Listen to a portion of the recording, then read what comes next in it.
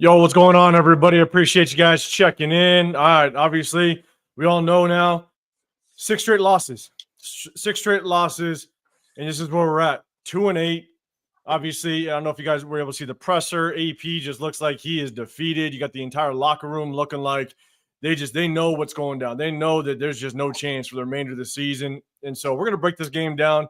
We're gonna look at the team stats. We're going to look at the individual stats. We're going to take a look at the remainder of the schedule, just kind of see what it looks like. But, if I can pull anybody to kind of break this thing down, I got my guys with me. I got the Severe Raider up in the right corner, and I got Raider Rundown.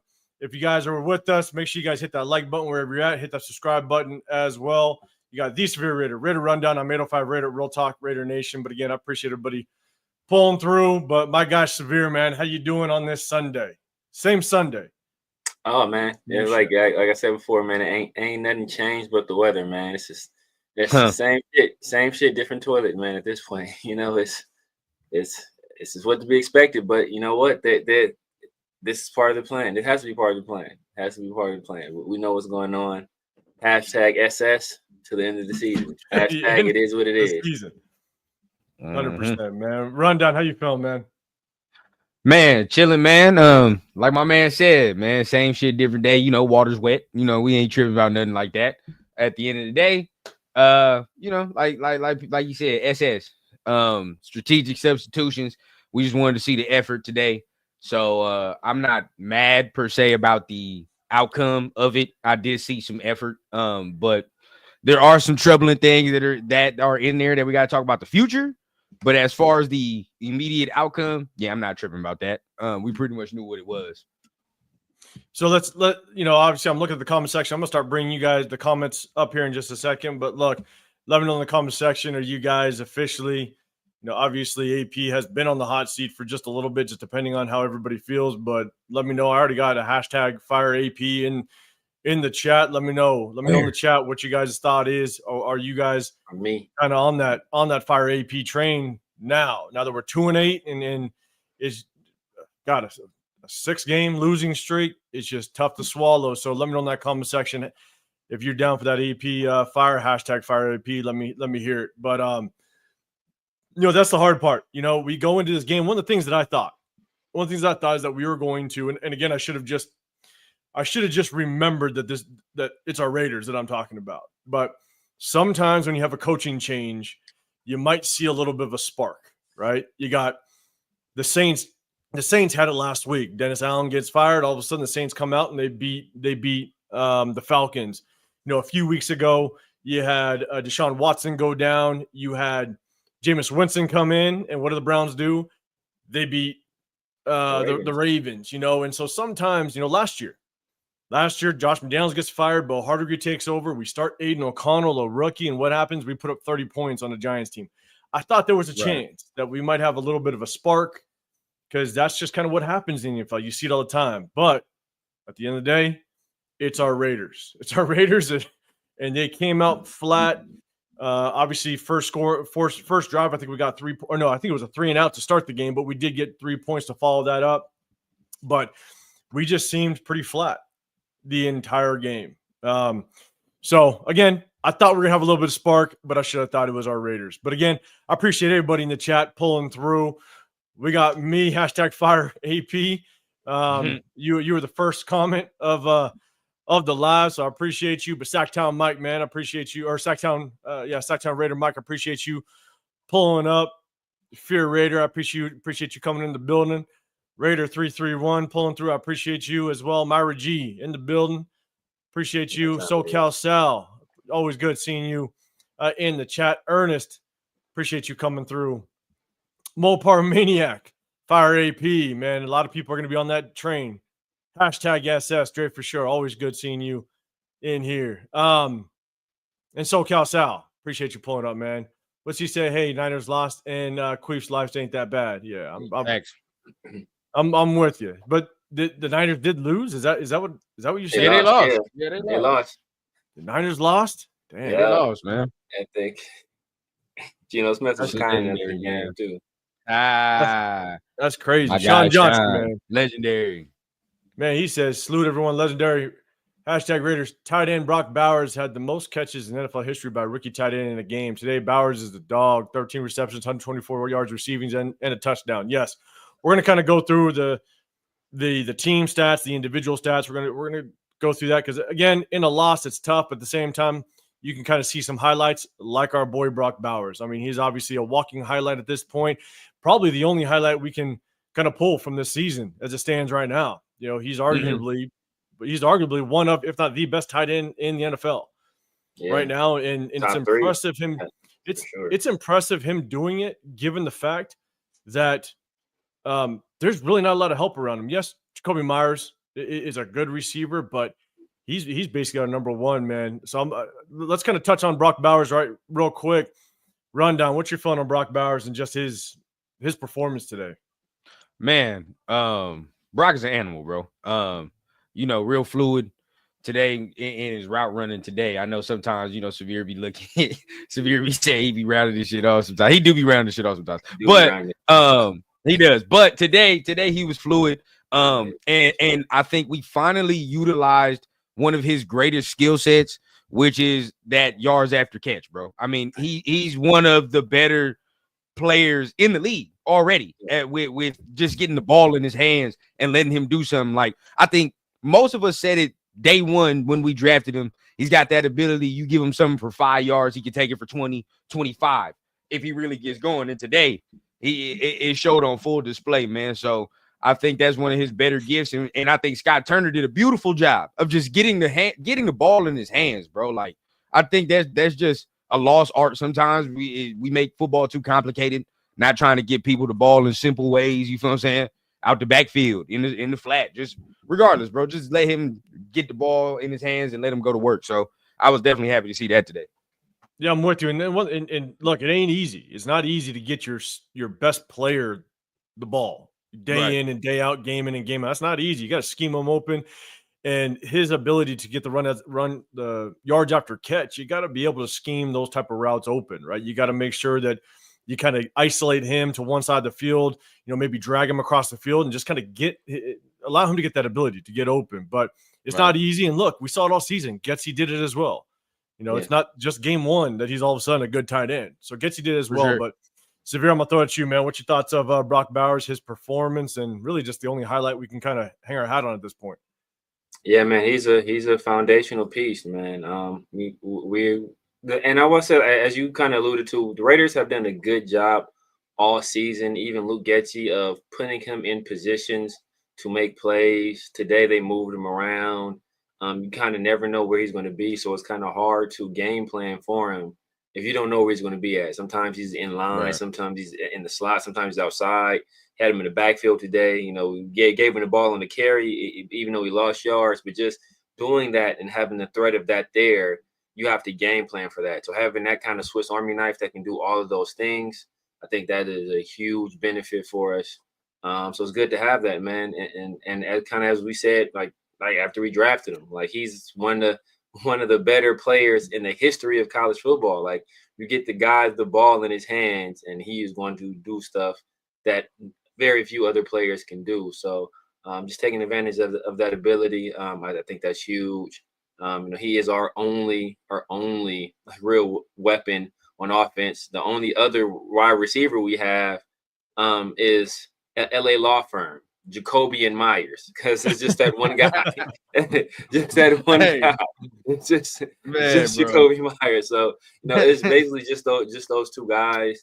And you know, you kind of know where Jacoby's going to be most of the time. So I think they're kind of taking advantage of the mismatches that Brock is able to create.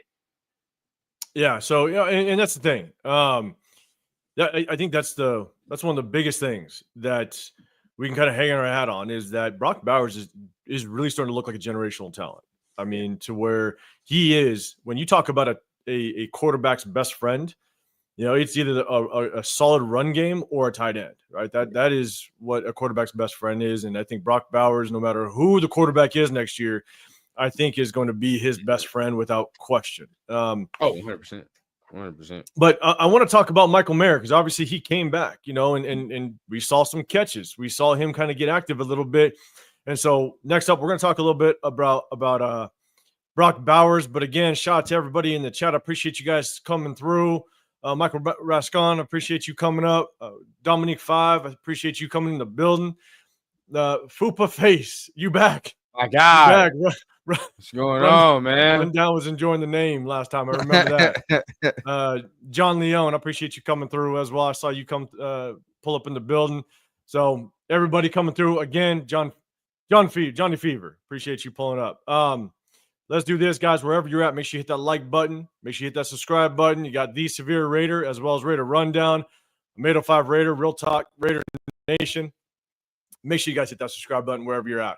Let's talk real quick. Chat, let me know. Again, if you guys have a question for the panel or something you want to bring up, hit that hashtag Raiders and then put in the chat. But chat, let me know what your thoughts on Michael Mayer. You know, again, hasn't been active since I think week 3. But he got a couple catches. We'll go through the stats a little bit, but it was good to see him. Good to see him back. I thought it was going to be a little bit of a slow start because you got to get your feet back underneath you. I don't know what he was doing on his time off. I'm sure it wasn't practicing and grinding. You know, he was trying to get his head right. But Severe, I'll throw it at you first, man. How was your thoughts on what are your thoughts on Michael Mayer and his return? Kind of good to see him out there. You know, it was good to see him out there. He's able. Gardner missed him a few times. There's a few times I thought he was open. Gardner missed him, but just getting him back in the swing of things. Get us. We were running 13 personnel. I want to say a few times. I think I saw him, Brock, and I think Shorter was still out there. I think that was 88. Is that Shorter? Yeah, Justin Shorter. Yeah, he's 88. Yeah. So we're running some 13 out there. Which at this point, we have no choice. We have no other weapons on the outside. So. That is a sad thing. But it was good to get him back out there. This year was kind of a wash, but just build that chemistry between him and Brock. Kind of see what you can do with those guys. I think I saw him in the backfield a few times as well. He was in line as an extra blocker too. So those guys, they have skill sets that complement each other well. So that's basically that should be our future unless we do something like trade them, for some assets. But I think that's going to be our future at tight end. Those two guys. So. It's good to see that combo get out there, for the first time and since the beginning of the season. Yeah, I agree. I'm with you, man. Rundown, man. What's your thoughts on Michael Mayer? How you feel about him coming back and just kind of getting his feet underneath him and looking actually fairly decent first show? Good return, bro. Like y'all was saying, bro. I'm happy he got himself to the point to get back. And number one, testament to him to actually be able to come back after all those weeks and not even have to take no week off to get back in shape or nothing like that. Like he came back in ready and actually ready enough and knew the playbook enough to come back in and still and really, you could tell he was a little rusty, but he didn't really miss that much of a beat to me. Like Sabir said, I think he could have had even more catches, even more yardage today. I honestly think he would have got very close on that one catch near the in the red zone if Gardner would have put him on right a little bit. Yeah, bro. I don't know if he would have scored, but he would have got close. Because he's good after the catch too, just putting his body right there. Like he's a big dude. So I think he could have had a bigger day, but I was really proud of the fact that he was able to just come in right away and still come in there. So that's a testament to him as a player and his focus. So real proud to have Mayer. I definitely don't want to trade him for real. I think, like y'all said, I think that's a future with him and Bowers. They have different skill sets, but I just think Mayer is a better blocker as well, run blocker than what we had. And once we get that continuity right, I think we'll be better across the board with that. Yeah, I'm with you, and I'll go back to it, Jared, for sure. You said Mayer did well out there. Again, I think we all agree. John Leone, you said trade Mayer in the offseason. It's something that you have to just consider, just given the fact that your best ability is availability, and unfortunately, just what's going on with him, you don't know, and so you got to keep the doors open, you got to keep the options open. So I agree with you. It's something you may want to consider. Sacktown Raider Mike, I think Mayer did a good job. Yeah, I think we all can agree. One thing, and just because Raider Rundown, man, you like the name, but I'm gonna kind of put this up here and I'm going to address it. You guys can kind of chime in if you want. But I saw this. Fupa Face. You're saying my guys were so serious, bro. He's not serious. Play sports. I'm assuming he's troll. But doesn't he's not serious. I hope you're not serious, man. I'm Dude, just letting you serious. know. This is obviously a troll. He's You not gotta be. serious, bro. So just don't do it. I start Hey, out bro, coaching at the youth level. You got the president you want in there, bro. Just to take that win for the next 4 years. Be happy with that, bro. You got to knock off all this nonsense, man. Y'all don't know how to win well, bro. Just take. Nah, hey, leave it alone, bro. Leave it alone. So yeah, man, I hope I'm gonna go with you guys, right? Okay. No, let's see. Yeah, my man Jeff, man, what's going on, man? I'm with you, man. What's happening, bro? I'm with you, but hey, shout out to you. Appreciate you coming in the building. Billy Davis, you in the building. I appreciate you as well. Raider Ryan, appreciate you pulling up as well. John Fallon coming through. Raiders. #Raiders. Would Ben Johnson be interesting as a head coach job, even if we get Shedeur? We'll talk about that. I'm going to go back to that real quick, just so you know. But LS, I appreciate you coming through as well. Just want to say what's up to everybody.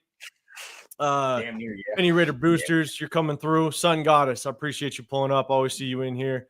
100% appreciate that as well. We got Just Raiders Baby, you in here as well. Yeah, what up, man? Appreciate you. What's going on, big dog? So let's do this. Let's go back to it again. We're gonna go over the stats and stuff like that. We're also gonna look at our remaining schedule and kind of what it looks like, what we think our win-loss record might end up being at this point. But John Fallon, I'm gonna go back to yours. You said, would Ben Johnson be interesting head coach, even if we get Shedeur? So I definitely have my opinion on this, but Severe, I'll throw it to you first, man. What's your thoughts on this comment? What's your thoughts on Ben Johnson and if we get Shedeur Sanders? And let's do this. Let's preface this just a little bit. Let's say we end up a top 3 draft pick. Would you want Shedeur in the top 3 draft pick? And if we do get him, then how does Ben Johnson match up? But I think that's one thing we got to talk about is Shedeur Sanders even worth a top 3 draft pick at this point? I'm just throwing that out there as well. But Severe, I'm going to throw it over to you, man. What's your thoughts? If we get – so let's just change the premise of the question. Let's say if we get one of the blue chip quarterback prospects in this draft, would Ben Johnson want to come to us? No, he would not. He would not want to come here, bro.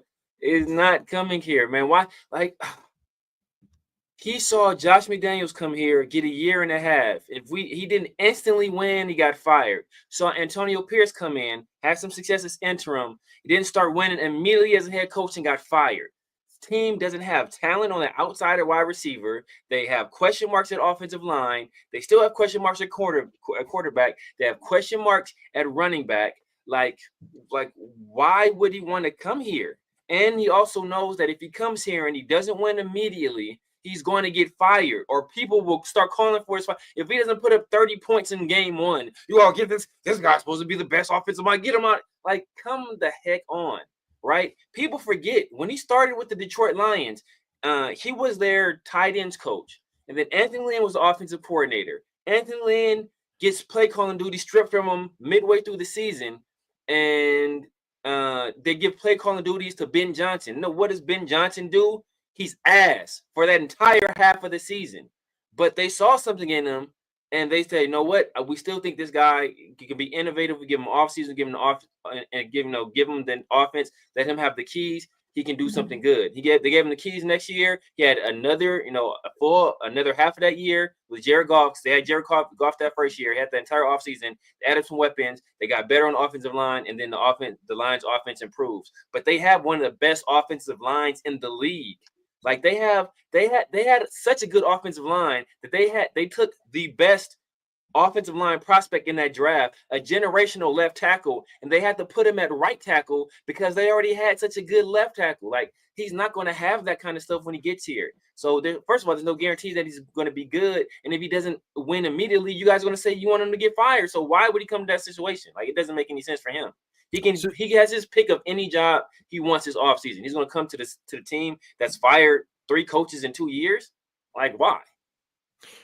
So let me ask you, do you think, and I kind of know the answer on this a little bit, but the one thing that this Raider fan base hasn't been able to, maybe since Josh McDaniels, but I think a lot of people were skeptical of Josh McDaniels, so that may not have been like kind of the best example. But would Ben Johnson kind of give the ability for this Raider fan base to trust the process? No, You know, it's hard because AP They all want AP. Well, the thing with those, like, what? AP was an emotional hire. Because AP doesn't have a process to trust. He's got no process. So, the only reason I'm laughing, 805, I'm not laughing at you. I'm laughing at Raider fans in general, bro. You feel what I'm saying? Like, look, because, like, in fact, look at Chili Pepper, right? And shout out to my dog. That's my young bull. Shout out to the dog. But you know, he says, you know, Ben Johnson with that resume, right? So look at the thought process on how people already think about Ben Johnson. Oh, he got that resume. Genius, offensive play caller with a top 5 picked quarterback. You goddamn right. I want to see points. And at no point will we, if the offense looks like this or they're scoring under 20 points with a rookie quarterback, then what happened to all that? Oh, he's an offensive genius, bro. People will be mad. This fan base don't know how to trust the process. They don't know how to. So at this point right now, I think I don't think that's gonna happen as far as patience. As far as the question, no, he's not gonna want to come here if you're firing coaches 8 games in, or they're already on the hot seat 8 games in. You feel what I'm saying? Like that's just not gonna happen. He's looking for a perfect situation somewhere where he can go ahead and really hit the ground running immediately. I think that's where he wants to go. Here, I don't think he might. It might be a flash in the pan for sure where we can get that, and it might happen like that. But realistically, it might take some years for us to really get to consistent, really getting in that position. And then the whole thing, a lot of people say like he has that resume, bro. I mean, last year really was the first year he really got it going. Now this year he's getting it going too as well, but he don't have that much of a resume, bro. Like Severe said, he really don't have that much of a resume, bro. I even look at his coaching history. He hasn't even been nowhere besides 2 teams. You feel what I'm saying? Like, really 2 teams. A lot of people get on AP. He don't have no connections. He ain't been nowhere in the league. This dude ain't been nowhere in the league either. That's not saying he can't be good, but a lot of people ignore some flaws about what Ben Johnson can be holistically as a head coach because they just look at the offensive capability. Like, okay, the offense is there. That's all we got to worry about. No, there's more. You know what I mean? There's more. So here's my thing is when I look at the only way Ben Johnson would come here is if he gets the pick of his own quarterback. That's the only way that we have a chance of him coming here. If we don't have a number 1 draft pick, I don't think he comes here. You know, look at what you could look at what what's his face that went over to the Commanders, offensive coordinator Cliff Kingsbury. Cliff, right? Yeah. You know, he wanted extra year in the contract, but at the same time, he knew he was going to go to the Commanders and have himself a hell of a quarterback situation. So I think that if you want someone like Ben Johnson, you better hope that we lose out and we have the top draft pick, because that's the only thing that can entice a good offensive coordinator or a potential top candidate for a head coaching job to come over here. Plain and simple. Because if we don't, then no one's going to want to come here. Not in this mess that we've got going on. So, in my opinion, I think that's I think that would be the only way a Ben Johnson would want to come over here. Chili Pepper 28 is the standards of beyond worth the top 3 quarterback. Again, to be honest with you, for me, I got to see the rest of his early games. I've seen just his last 3 games. In his last 3 games, I'm struggling to say that he's a top 3 quarterback. I'm struggling at this point. But because the thing about it is I'm taking into consideration what we could get for a top 3 pick in regards to draft capital. So is he worth a top 3, or is maybe 2 first-round draft picks, 2 second-round draft picks based on what it would have took teams to come up last year? Is that more valuable to me than Shedeur Sanders? I'm gonna be real with you, 805. And I don't mean to cut you off. I'm a little biased. I'm gonna be real with you. I'm gonna just say it is what it is. I'm a little biased. I like Colorado. You feel what I'm saying? I like just what Prime is doing. But at the end of the day, and I'm a fan of Shedeur. But just if I take my bias out of it, bro, I think there's no way I would pass this dude up. It's a lot of it. yeah, I think that the ability is there. I think he can come in immediately, and with the skill sets that are on the team right now, he'd be able to take advantage of a Brock Bowers. He take advantage of a Jacoby Myers. Those skill sets with his skill set, I think would mesh perfectly. And if you get him one more, as far as a receiver goes, we really in the bag. But intangibles as well, bro. I think he's got that. Excuse my language, but he's got that shit. Like as far as what makes a team walk, talk, and smell like they shit don't stink. I think he's got that where he come in here and instantly change the mindset. Cam Ward got that too, a little bit where it's like the mindset.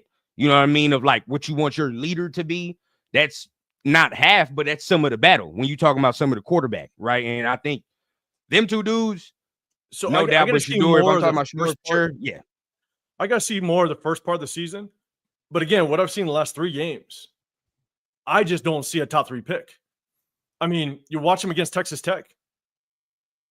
It was because of the talent around him. He dumped a bunch of screen passes, and that's where 150 yards of his passing yards came, his screen passes that went for touchdowns. You look at his game yesterday, a lot of his talent around him bailed him out. I don't think he's as athletic than I think he may like to be. I think this pass rush is going to get to him. I think he tries to extend plays, and he doesn't have that ability. And he's not playing against. I think Utah had a pretty good defense yesterday. I think they're one of the better defenses. Utah got a pretty good defense. They're all right. But he tries to scramble and move around. And again, if he's getting, caught at the college level, the defense is going to come after him. So I do think that there's both between Shador Sanders and Cam Ward. Both of them are probably going to have to sit a half a season, maybe a full season, and just kind of learn. They may not be day one starters, in my opinion. But again, I'd like to sit any rookie quarterback, and let them learn. But again, I'm just weighing, do we take him? Is he worth the top 3 versus what type of capital could we get for him and just have a ton of draft capital really build around whatever quarterback that comes in. Maybe it's quarterback next year. Maybe we get some a little bit later. So again, I'm just weighing those 2 options because at the end of the day, we have to weigh both of them. But again, trying to see who else is in the build. I appreciate you, Desiree. I see you coming through. Chili Pepper, I brought you up. I appreciate you as well. Coming through. Wild Turkey 74. I hope I don't miss anybody. LS, always good seeing you in the building as well. Make sure you guys hit that like button, subscribe, turn those notifications to everybody. The Severe Raider up in the top corner, Raider Rundown, and I'm Real Talk Raider Nation. One thing Chili Pepper said, I'll be patient. Then, man, you are one of the few that would be patient amongst this Raider fan base. Let's just be real with it. Yeah. So let's do this. Again, we'll kind of go through it really quickly. Nothing too, not a whole lot to look at, but let's take a look at the stats, the box scores, the whole 9. We'll kind of break this down a little bit, but we got the Raiders on the inside column, Dolphins on the outside. You got passing first downs. We came out passing. I'll tell you that right now. And that was one of the things, with Scott Turner being our passing game coordinator, I was really curious as to, was he going to really rely on this passing game, or was he going to go the AP route? Because AP's been preaching all season long. You got to establish the run. And it looked like, without question, he came out and he just wanted to pass that ball. I think our first, I don't know the exact stats, but it felt like our first probably 95% of the plays in the first half were just all pass plays. But definitely came out passing 8 for 14 on third downs. We were 2 for 2. Man, Miami killed us on those fourth downs. Yeah. They went for it at the perfect time. And, those are just body blows to a defense. The moment, you get them in a 4th and 2, a 4th and 1, and they get those fourth downs. That definitely killed us. One thing I want to kind of come down and take a look at is the penalties. 7 penalties for 49 yards. It doesn't, 49 yards, it doesn't look like a whole lot, but man, it just felt like the penalties came at the wrong time the entire game. And some of them were bullshit too. I ain't gonna lie though. There were some tough ones. Yeah. You had that. I mean, you had that late flag. That Max Crosby one was one I can definitely think of off rip. Like I don't know what that was, bro. You had that late flag on Diablo, even though it was a flag, but it's like, come on, bro. Like 805. Tell me, yeah, I mean, you right, and you too, but bro, it's like, how many times have they dropped a flag like on a face mask, and picked it back up, bro, and reviewed it again. They've never done that in the whole league, the whole season, bro. Yeah. See a face mask, review it, and then drop the flag. They've never done that. Yeah, I've never seen that before, man. Like they didn't call it initially, and then the people got mad, and then they showed it on the big screen. Then they talked and they dropped the flag. It's like, come on, thank man. you, like, bro. There's been 3 games that didn't ended in face masks this season that they didn't go back and review. Exactly. So it's like, come on, bro. Come on, bro. The Chiefs game today. It was a play like, where the running back obviously got face mask. And they didn't call the rules bend, like, bro. Obvious face mask. It's like, come on. So that's my thing. Is I'll tell you right now, I'm looking at it going. I thought an index card was going to come out at some point this game because it was just like, how the hell do you? I was looking at the refs, and that was one of the first things that I think it was actually in the presser. I think it was Hondo Carpenter that asked him. But I was looking at it going, the refs were kind of coming together, and I'm sitting there going, they're looking at that jumbotron. Yeah, man. They're looking to see what happened. I've never seen refs come together and damn near felt like a minute later. Yes, they drop a goddamn flag. Because they had already the thing is they had already made the announcement. They had already made the announcement on the other call. So it's not like the play, like it should have been at that point. Once you make the announcement and you like, hey, this is, I probably didn't remember what the other penalty was. It was a holding or something like that. Like once you make that something like that. Yeah, it was like once you make that announcement, bro, it's over. Move on to the next play. Like this stuff ain't supposed to be reviewable no more. So I've never seen them do that, bro. They have not done that. They have not done that until today. But here it is, right? Like all of a sudden they start being smart and reviewing these face masks. All of a sudden, stop, bro. Bullshit. That was trash. That was bullshit. I think Miami's first drive really consisted of them getting lucky with some of these penalties too. I ain't gonna lie. Well, no, the chase on one was stupid. That was a dumb penalty. Yeah, the max penalty didn't. That was free yardage, bro. Like it didn't make no sense on the max penalty on that one. And the hard part is again time of possession. They beat us up in time of possession. They killed it. And one stat, and this is one of the things that I want to talk about, and it's just frustrating as hell because I started noticing it probably about 2-3 games ago, is we consistently allow the opposing team to come out in their opening drive and score a touchdown. Yeah. At least get points, but majority of the time they're going down, they're scoring touchdowns. Like this defense has to at least help us with a little bit of momentum to start the game. And they consistently, I mean, you can look back, to week 3 against the Carolina Panthers. Right. Andy Dalton opening drive came down and scored with ease. And so this defense just continuously just allows offenses to score touchdowns on opening drives. And with our offense, you just can't allow that to happen. Now, mind you, again, it's just nothing but injuries on the defensive side. And we'll talk about Ja'Cory Benton a little bit, but nothing but injuries on the defensive side. Yeah, that's a fact. Let's take a look at the we're going to take a look at the stats real quick. There we go. I hope there is a stat for third down percentage, bro, because we have to be one of the worst defenses on third down in the league. Going back to down efficiency. Yeah, look at that. 8 for 14. Now they weren't that much better, you know what I mean? But at the end of the day, still, like we were just. It seemed like every third down, they got every single third down. I mean, they didn't punt today, did they? Shit, did no, they punt? I don't think they punted. So. I don't believe so. Shit, I don't know if they did because they went for it on 4th down. Yeah, bro. I don't think they punted, bro. For real. And they scored on 6 out of their 7 drives. Jeez. They scored 6 out of their 7 drives. And the only one they didn't score, only other drive they didn't score on was the drive before half.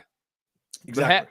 And I don't know if we're going to talk about like situational management as well, because there were some people mad about that in the first half that we didn't go for it. But I think we'll talk about that. We can say that.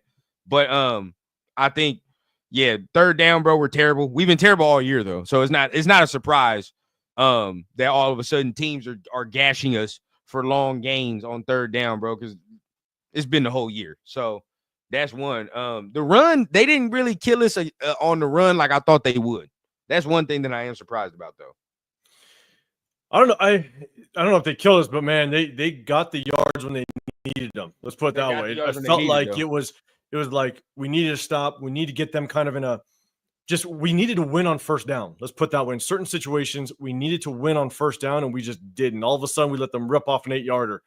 And yes, I think we had some really good stops, but it's like Miami goes down, they score, we get a 3 and out, and you're sitting there going, okay, we need to stop them on this drive. We got to get this momentum back. And all of a sudden, we let them rip off an 8-9 yarder. They get ahead of the sticks, and now they got a short second and 2, second and 3, a short 3rd and 2. We just couldn't stop them when we needed to. And so you're for sure. Yeah, Miami punter got a free paycheck, 100%. Man. Free paycheck today. Man, he was sitting nice in that Miami weather on that sideline. Fact. That's for damn sure. And so Cal says, please keep Zamir White 1 yard off the field. Zamir White, okay, there was a couple times, definitely one time where I just, Severe, we review film and break down film in the middle of the week, and there was one play where he got the ball, and I think the cutback lane was there. I was hoping they were going to show the end zone view. It's kind of, I think it's like the middle of the field, and he just ran right into, I think it was Dylan Parham. Yeah, just ran right into him. And I thought there was a clear cutback lane, but he just ran right into the back of I think it was Dylan Parham, offensive guard, and it was frustrating to watch. But let's take a look at the stats real quick, and then we'll definitely get into more topics. We're also going to just kind of take a look at the remainder of the schedule, what the current rankings are with some of the outcomes of today's games, and just kind of see where we stand in the draft. Because I think at the end of the day, I think 99% of all of us are playing for a draft position at this point. But you got Gardner Minshew, 30 of 43, 282 yards. 2 touchdowns, obviously that horrible late pick, whether Jacoby Myers ran the right route or whatever it may be. That was just a horrible timing pick. But one thing to say, this was, I don't know why it is, but we continue to give teams their first, but this is the first time Miami Dolphins gave up 30 points or scored 30 points this season. In true Raider fashion, we decided to let them do that. Tua looked pretty efficient. 28 of 36, 288 yards and 3 touchdowns. Yeah. We probably gave Tua his best game of the season. I didn't look back at the stats, but probably the best game of the season this year. Possibly. Yep. Am I seeing this right? Yeah. Yep. No, you're seeing it right. You're seeing it right. Kobe Myers is our leading rusher of the day with a 20-yard run, with 120 with a little end around. Yeah, one carry. That's it. Yep. And I know we mad at we mad at Zamir White for sure. He, like I said, bro, he be running with them horse blinders on, bro. They be putting that shit in the helmet. They got to be in the helmet. But at the end of the day, Madison ain't all that much better either. Exactly. So what does that tell you? He's not that much better either, bro. That's 5 carries for 19 yards. Do the math. You feel what I'm saying? That's definitely under 5. You feel what I'm saying? So at the end of the day, we're not getting no production, bro. We're not getting no production off of that. We got to draft one. We're going to have to draft one. That shit is sad. Even if we draft one, like, people think Austin Genty is going to get here and say, like, look at all the plays, and you'll find maybe 4 or 5 plays where, the running back, they should have did this and that play. Every other freaking play, you're going to see 3-4 dudes in the backfield as soon as they're getting the ball. So it's like, Austin Genty that's not going to change with Austin Genty back there. You're just wasting a high draft pick on a running back that's not going to get any production. And he's not a guy that really catches a lot of passes either. So like you're drafting that guy for nothing to do the same thing that you can get a guy in the 4th or 5th round for, right? Like I was watching the Green Bay Packer game, and it was crazy because I think during that time, Josh Jacobs had 3 carries while I was watching before I flipped to the Raiders game, and each time, it'll be like the announcer, man, look at the massive hole for Josh Jacobs. Man, another big hole off the left side for look at this gigantic hole. It's like, bro, it's offensive line. We had Josh Jacobs last year. What did he do last year? Not a damn thing. So it's obviously the offensive line. We can't run block to save our lives. So until we improve up front, either personnel or scheme, no That's running what I back was you gonna put say. back there is going to change life for us. But that's what I was gonna say. I think it's both, bro. Because honestly, like I just feel like we have a mix of dudes on this offensive line that do different things well. Like you feel what I'm saying? Like I don't feel like there's 5 dudes on the offensive line that do one thing very well, and we can really lean on that. We don't have that, bro. I feel like it's just a mix and match of all different talents, and we got to get that. Now I don't know how y'all feel about Meredith. He's all right to me. I feel like we can upgrade. You know what I mean? Yeah. He's There is right one guy on the He's offensive playing on the left line. I side, don't know too. how y'all feel, bro. I'm not a big Parham fan. I'm gonna be real with you. I'm not.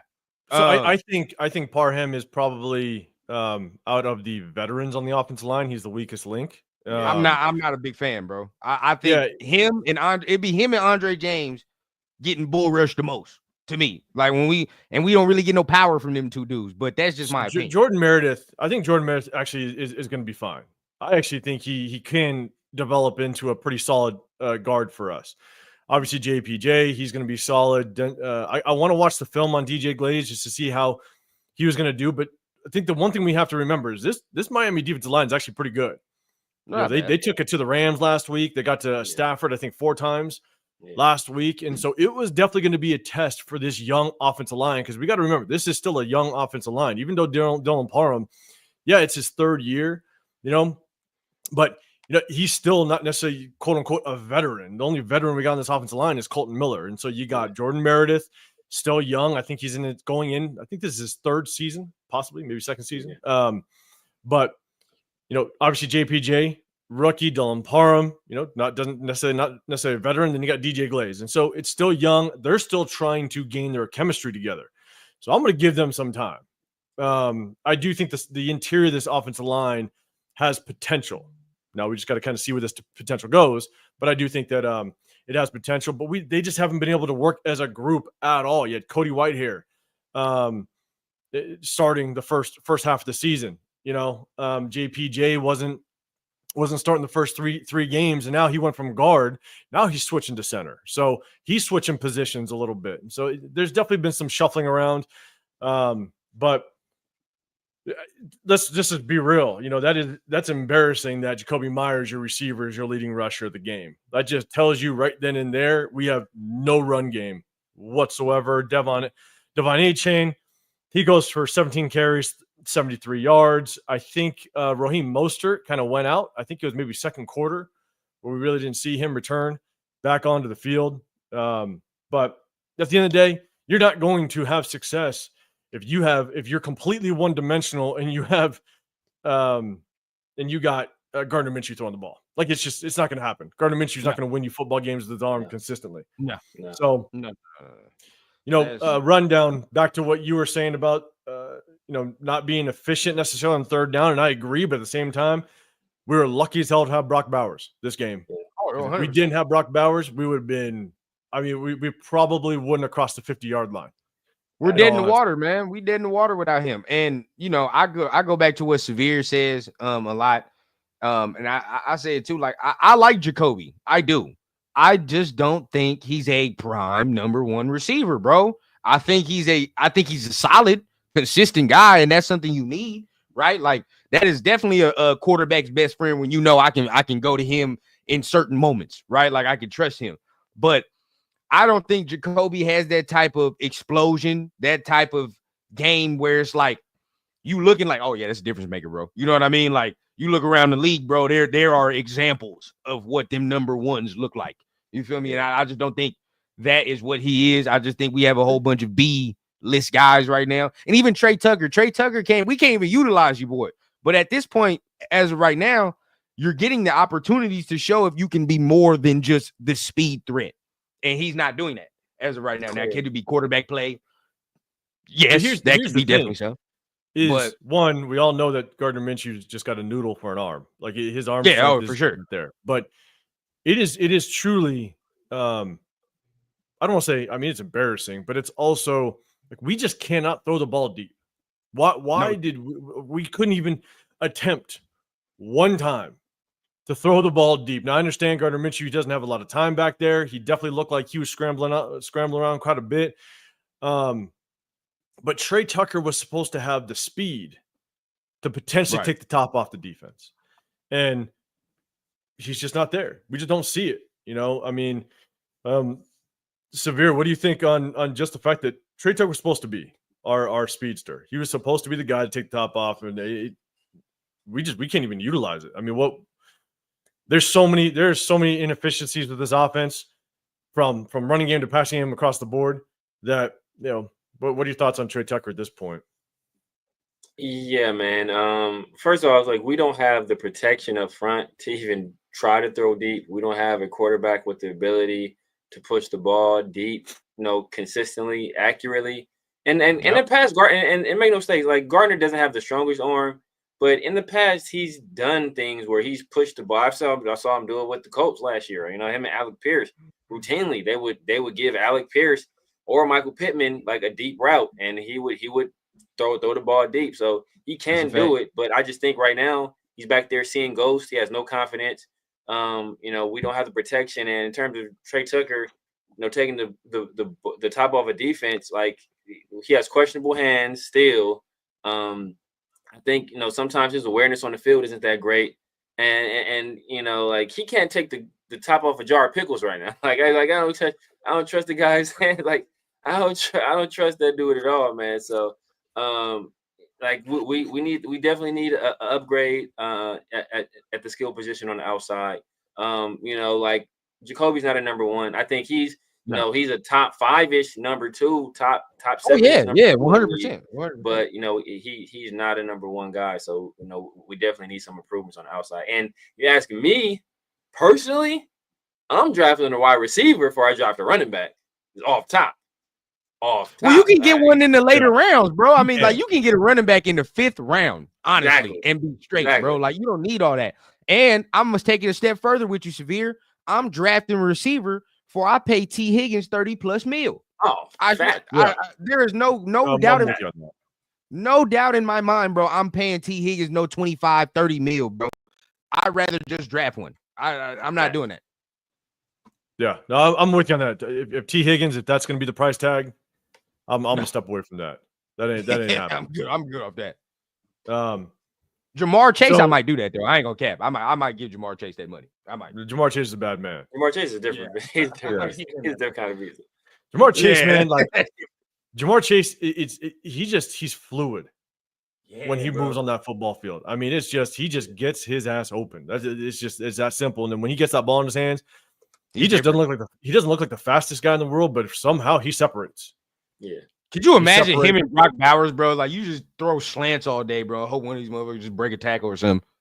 Yeah. So let's touch on the defense just real quick. Robert Spillane, 11 total tackles, 5 solo. Jack Jones had a pretty good game coming up on the runs.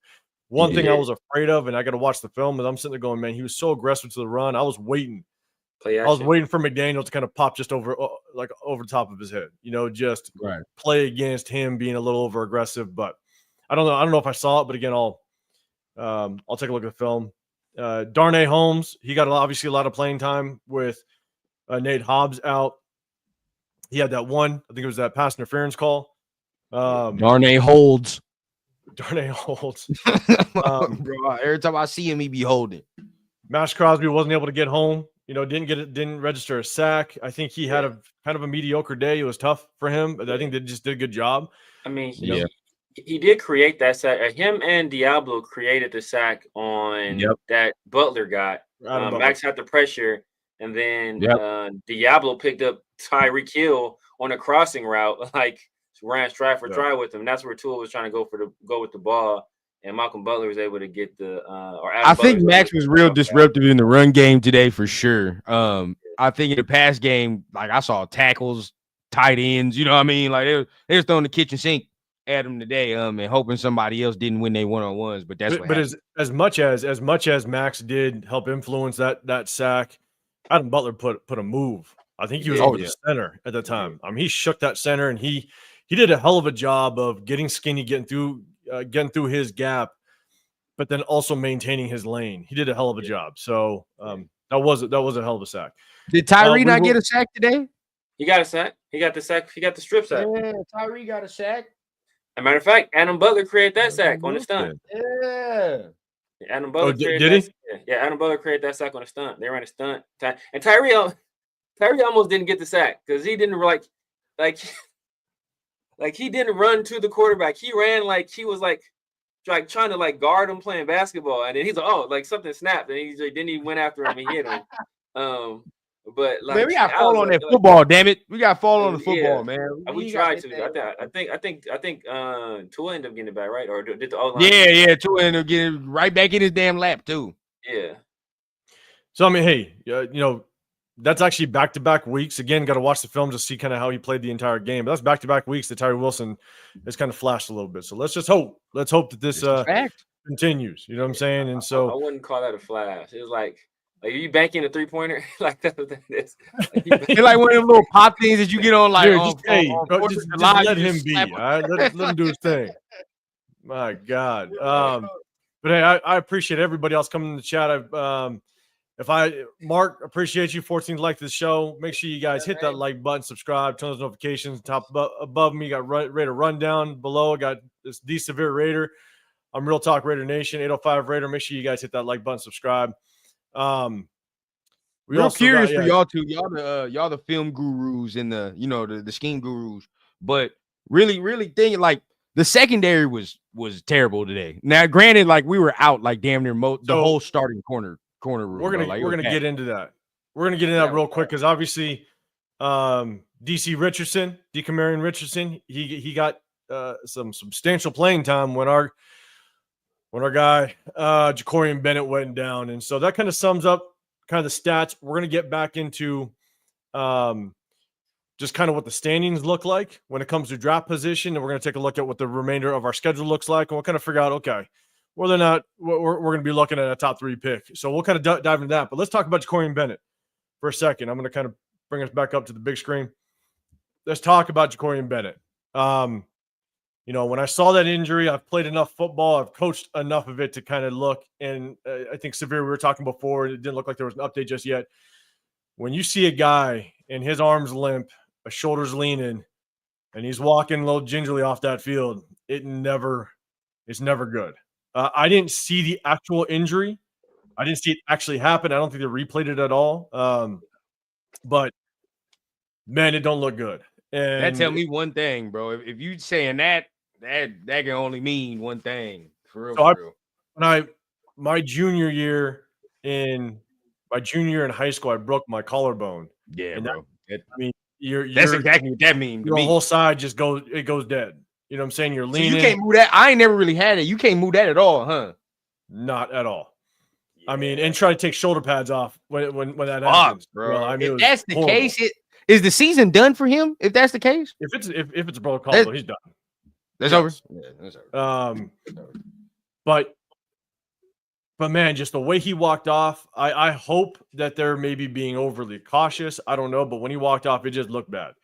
Yeah, and if we don't have Jacorian Bennett, you know, Jack Jones has not, you know, showed up and been. I think Jacorian Bennett has kind of proven that he is our number 1 corner at this point. I saw a stat that when he lined up against Jamar Chase, he basically locked him down. And then you see what Jamar Chase did to the Ravens. Now the Ravens have bad defensive backfield, but I mean, I think Jacorian Bennett has kind of taken over that number 1 corner role on this team.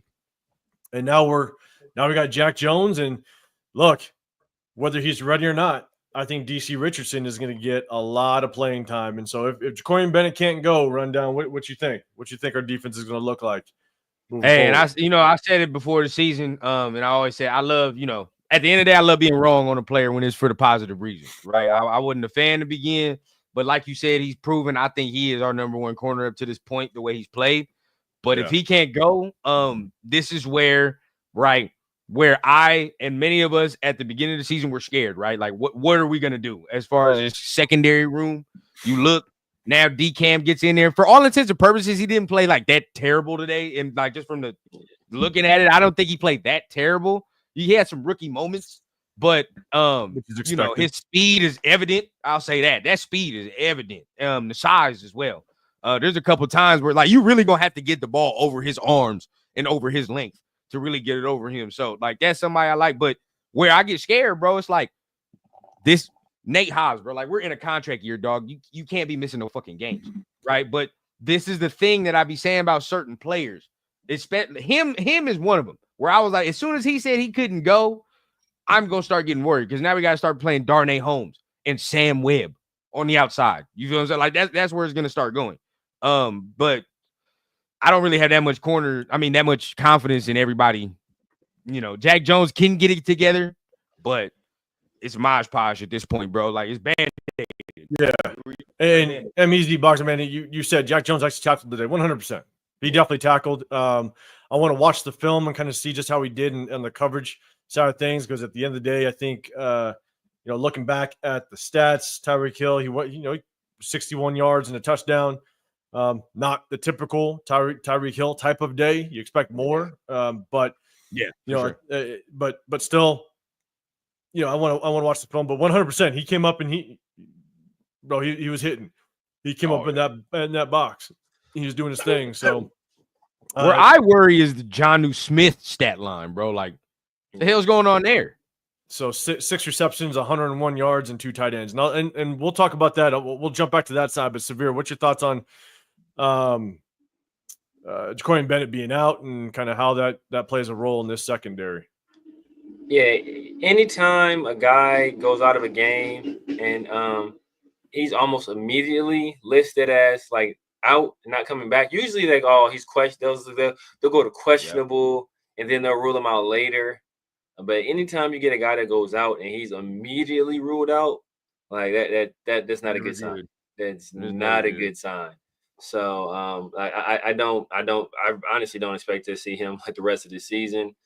So like I said, I'm all about #SS. So we about to see exactly what the Cameron Richardson is capable of. I won't even put Darnay Holmes out there, man. Bring up MJ Devonshire. Let's get it, man. Get him a look, right? Like, let's get him a look. We wanted him at slot. Forget Darnay Holmes. Put MJ Devonshire out there. Let's see what he has at slot. Just call it shit. Give Woo Governor a call. Hey, brother, what are you doing right now? Like, hey, like put down those paper and plastic bags. Take off that apron. And get down to Henderson.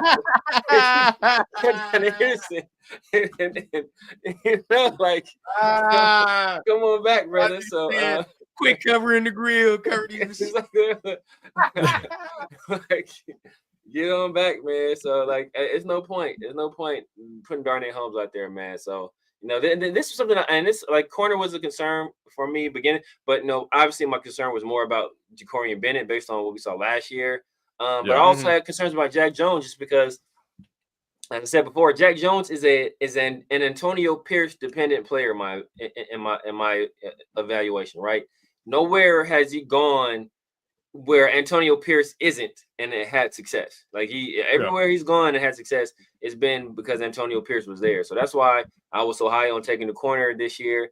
Quinion Mitchell was my guy, but obviously, Brock Bowers is a pick that we made, and that's turned out to be an excellent pick. But corner might be something we need to address going forward because we don't know what we're gonna get out of Nate. We don't know if he will bring him back, and Jack Jones is such a volatile player. You kind of never know what you're gonna get out of him.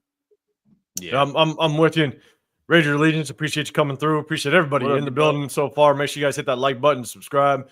Dre, for show, you have Jonnu Smith beat the cover 0 defense because Diablo didn't switch man after the check from Spillane. And look, I 100% agree. If you've watched any of our breakdown in the middle of the week of film, one of the times I kind of tried to point out just how suspect Divine Diablo is in coverage. And he is. And the moment that I saw a tight end get loose, we've now seen multiple teams target Divine Diablo in their passing game. Wherever Divine Diablo is, they try to find him. Cincinnati gave the blueprint, bro. Cincinnati gave that blueprint. I think it was actually a couple weeks before that. Gotta forget. I think it was maybe the Rams, I believe, where they just targeted him. Wherever he was, they basically just read off of him. And Dre, for show, to your point, right? Spillane, Jonnu Smith went in motion. Spillane, yelled over, basically trying to make that adjustment. Divine Diablo just didn't get it, and that just tells me, and it's unfortunate, right? He went from a safety to a linebacker, right? So, but he's been in the linebacker position now for what, 3 years? I think it is. It's been more time. More. It's like 4 years. It's 4 years, bro. 4 years. But here's the thing: is that just kind of shows me anytime you see motion, the defense has to communicate. And if that motion is coming your way, you know something's up. You know if that motion comes to your side, you have to know that you got to communicate with the guys around you. And for him to just not communicate when you see motion come your way, when a player comes your way, and you free ball, you have no communication to anybody, and you can see it on the replay. Yeah. That tells me that your football IQ just isn't there. Your football IQ is just not up to par where it needs to be. And so we've seen this multiple times now with Divine Diablo. Yeah. I've never been the biggest fan, bro. Like there's been times like that he's had cool games, and there's been times where he's flashed, but it's always just been flash, right? Like we want consistency when it comes to him. And then there'd be times where he's not available, and then he comes back and he's not the same player. Just for me, that's really all I've been saying when I talk about him. I'm like, I know I can substitute that. Maybe I don't get the flash of coverage that I might get from him, but I can substitute that for a more aggressive player, right? A more consistent player at times. Even today, bro, in the run game, bro, too soft for my liking. There's too many missed tackles for my liking from him. Where I saw there were multiple times where I'm like, if you tackle this ball player or this ball carrier right here, it's a 2-yard gain instead of a 7-yard gain in what it was, bro. So the end around, I think, for sure. Yeah, bro. That against the run today, he could have been way better. I think against the run, period, he can be way better. For his size, right? Like, there are too many times he catches linemen instead of going to attack the lineman. You know what I mean? Like there are times, bro, as a linebacker, I see multiple times you knock a lineman back into the ball carrier. That's as good as a tackle. Sometimes, bro, you feel what I'm saying? So we sometimes better. Sometimes the running back has to adjust and they lose yards, and then they try to bounce it backwards and get out of trouble. Yeah, bro. We got to get that adjustment of just being more aggressive, and I don't think he brings that. I think Spillane brings that, and I think at times we see Spillane try to do too much to compensate for what he might not be doing sometimes. And I think once we get something else, we'll be straight. So I think in the run game that's basically the case, but in the pass game, I mean, I think it's the opposite. I think Divine tries to cover a lot for Spillane because I've seen several times where Spillane gets overzealous in the run game. That's why Spillane makes a lot of plays in the run game. But he's also very susceptible to run actions, and teams take advantage of that. So that's why the Raiders start doing a lot of. The Raiders start running a lot more zones now with their linebackers. But even then, Spillane, he's very quick on the trigger, which is sometimes sometimes you can do that. You sometimes can make it works. And sometimes like that's why I said on Friday, my Friday show, I picked the Dolphins to win this game, and I said Jonnu Smith is gonna have a big game because neither one of those guys are great in coverage, and and Jonnu Smith, he's at one point he was considered one of the better tight ends in the league. Injuries kind of slowed down his career. He's kind of been a kind of journeyman ever since he left on the Titans, but I figured he's gonna have a big game because Spillane and Divine, they both suspect in coverage, and we saw what Mike Gesicki was able to do against us just a week before. And so if he's able to do that against us, I figured that Jonnu Smith was going to be able to do something similar. 100%. I'm with you, Mark Davis Hooker. You're saying what team is worse, Jets or Raiders, and we're going to kind of dive into the rankings, and so we're going to get into that in just a second. But the only thing I'll add, Jets. I'll add to the linebacker conversation is that linebackers are kind of being looked at like running backs nowadays, where you can get yourself a solid linebacker, second, third round. You're not having to necessarily pull the trigger in the first round on a linebacker. You got guys that drop. And so I definitely think that there's a chance that we can find ourselves second, third round, finding a very solid linebacker. So 100%, I definitely think we should target it, and maybe Divine Diablo's days are numbered on this team. And so I think it should be. Yeah, I'm with you guys. And so let's do this. Let's jump into the current rankings. So we got the rankings as it stands right now. Let's see. I'll try to blow this up just a little bit, make it easier to see. Make sure all you guys can see it. So as it stands right now, you got the Jaguars, right? Jaguars got their ass handed to them. I don't know. Yeah. Oh, I expect that coach to get fired. He better get fired.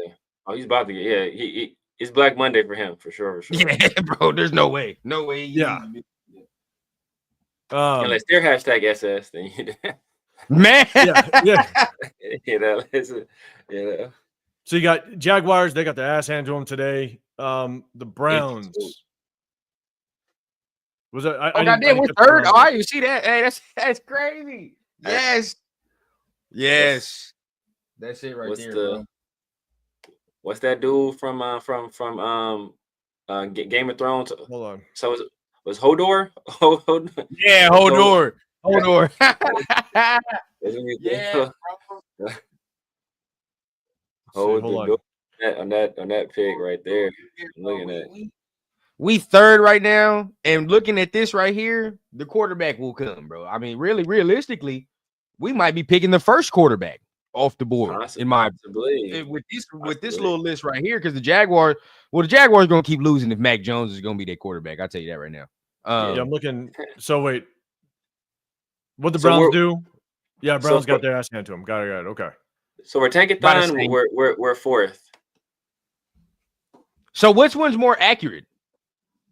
I think these are just the standings. These are just the standings.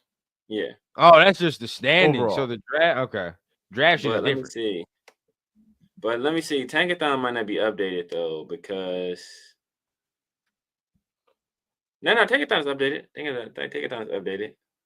Okay, It's so we updated? fourth. Okay, so but we should be above Cleveland though. We're fourth. No, yeah, Cleveland is above us. We beat Cleveland. So yeah, we beat Cleveland. No, we beat Cleveland. Yeah. So we beat Cleveland. So that's we definitely gonna be bottom. We're gonna be behind them. Okay, I'm still good though. But here's the thing. I'm still good though.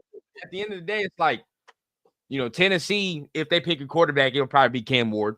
In my opinion, probably be Cam Ward. And Deion's not letting Shador go to Cleveland. So regardless of it, it's that. Hey, bro. Yeah. People think I be bullshit when I say he's not letting him go to Cleveland, bro. It's just not happening. Neither. So we got Jags aren't going to get a quarterback. They got Trevor Lawrence over there. They're going to get a new head coach. But again, when you get a new head coach, you just never know what will happen. Yeah. Trevor Lawrence might be on the move. Yeah. You don't think they take Travis Hunter? And that's what I'm saying. I think they take Travis Hunter. They could. Again, it just really depends on. If I'm Ben Johnson, I'm going to the Jaguars before I go to the Raiders. The Raiders. You got Trevor Lawrence, you got Bigsby, you got Etienne, and you got Brian Thomas Jr., who's proven to be one of the better young receivers in the league. And you probably get the number 1, number 2 overall pick in the draft. And you have a coach that's going to actually let you do your job for wow. And the Jaguars, you're tripping, bro. If we get the top pick in the draft, you give it to the highest bidder that wants Travis Hunter. If somebody want to do that, bro, and then you hopefully don't fall too far to still get your quarterback. But that's what I'm saying. Like, you have to make sure you have to take everything into consideration, right? Yeah, you might be sitting at 1. And I think if we can sit at 1, then you take into consideration all the other aspects. You start fielding phone calls. If someone wants that bad to jump up, and as long as you don't fall too far back, right? But you get your quarterback. If you jump up, you could still potentially get your quarterback, and you could add 1, 2, first round draft picks. Yeah, to build this roster. So no matter what, you're definitely fielding the phone calls. But so we're sitting basically according to the chat. Appreciate you guys kind of giving us updates as well. We're sitting at number 4. Giants, without question, I think they got to pull the trigger on a quarterback. They're scaring me. They're going to scare me. They'll scare me. Yeah, like they're going to move around. If we're not at number 1, there's a good chance they will pull the trigger on everything. Brian Dable might not even be over there anymore. Again, we'll take a look at what the head coach looks like over there. Browns can get a quarterback. I don't know if you're saying no, not at all. There's no way, because the price tag is way too high to do what, because a lot of people are like, they'll do what Denver did. Like, that price tag for them is even higher than what they got for us. You know what I mean? Like, than what Denver got for us. That's too high for them, bro. They'll at least, rock with him one more year. It's like 60 million. Yeah, bro. It's wild money, bro. Like, they're not going to. I know. 60 million guaranteed. Yeah, bro. They're stuck, bro. They're literally stuck. There's no way they can get it. It is a bad situation. I'm not going to lie. They're in a road to hurt right now. Tennessee, I don't know. Like, does Tennessee stick with Will Levis? Because I don't think that coach gets fired, to be honest. So I don't think so. I think so. Their coach didn't draft. Their coach didn't draft Will Levis. So I know. That's why I don't think so. I think he'll ship him off, or he'll just let him sit. Brian Callahan, right? Brian Callahan? Yeah, Callahan. Yeah. It's Callahan. Yeah. The Giants for sure will draft one, but how do they get rid of Daniel Jones? That's the question. Yeah, I don't know. I don't know what I don't know what his contract looks like. But you got Titans could very easily take a quarterback. Patriots aren't going to take a quarterback. You know, Jets could pull a Green Bay on Aaron Rodgers and pick their quarterback. But I know that they picked up what's his name, that Travis kid from Florida State. Oh, Jordan Travis. Yeah, Jordan Travis. Jordan Travis. Yeah. We'll see just kind of how he's working over there. The Panthers can take a quarterback very easily. I don't see that. I think they give Bryce one more year. Yeah, I don't see that. I think they give You Bryce. think so? Yeah, I think. I think Bryce is. But Canales didn't draft him. Canales didn't draft him. So, but David Tepper don't get what his head coach say. Because if he did, they'd have C.J. Stroud instead of Bryce Young. So. Exactly. Exactly. As long as they're not in the top, like 5 in draft picks, I think your boy would get another chance, and they'll draft somebody like weaponry. They'll draft some weaponry for him. You know what I mean? I can see them getting a receiver first round early. Something like that. Nah, Cleveland ain't getting no quarterback. I mean, I'll be honest. Here's the thing about salary cap. It is amazing how teams work around their salary cap. Some way, yeah. Look at the Saints. The Saints could be sitting, $90 million over the salary cap, and some way, somehow they get underneath it. And so, in my opinion, I think the salary cap, there's ways to work around it. If they want to either move on from Deshaun Watson or do something, to minimize that contract some way, somehow, or they might just take the hit, to be dead honest with you. But that's $60 million. That's a lot of money. It is a lot of money. Don't get me wrong. It's a lot of money. But I think those are really the only. The Cowboys. Who knows what's going to happen to Dak? But if you kind of look at the top 10 teams, really, it's what?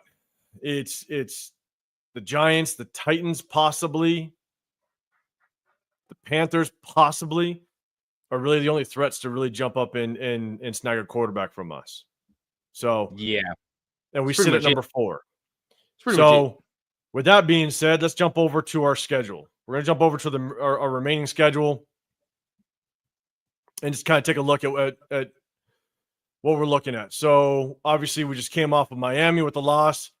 Next, we got Denver. How'd Denver do today?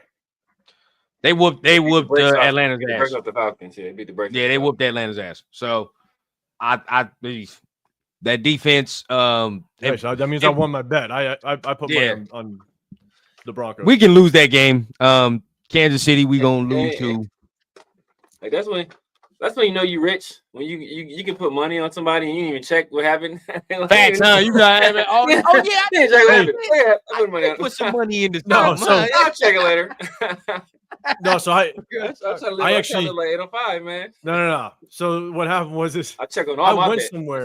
I went somewhere to go. Watch the Raider game today, and then my thing was I knew I was going to jump on a live, so I came home real quick to kind of give my time to my kids, and so we went outside, let them ride their bike. We were hanging out and all that stuff, so I didn't even get a chance to look. So yeah, I would be checking my bets on the way back to the house in the car. Like I'll be somebody might make a phone call. It's like, bro, you better run me that. Better run me that. That's me. Hey. And shout out to any Raider boosters. Yeah, you might get we might get flexed out that Monday night game against. I only see 2 more wins on this shit. They love flexing us out of game. We getting flexed out for sure. I only see 2 more wins on that schedule. That's it. So look, I don't see now win on that. You got Denver.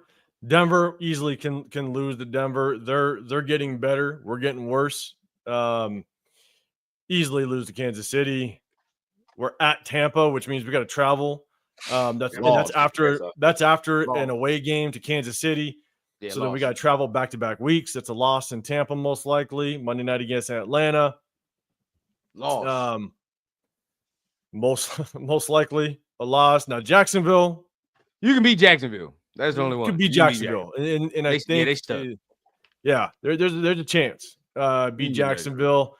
This New Orleans game is just tricky because of just the hype about it. Toss up, but I'm just saying we win it because fuck Derek Carr. That's where I'm at. Yeah. Jacksonville, Trevor Lawrence is going Brian Thomas is gonna go for $150 and a touchdown. Travis Etienne and Bixby, they both gonna have big games. And I think they got Evan Ingram. And they got Evan Ingram at I tight think end. T-Law. I think T-Law is out for the season, bro. I think so.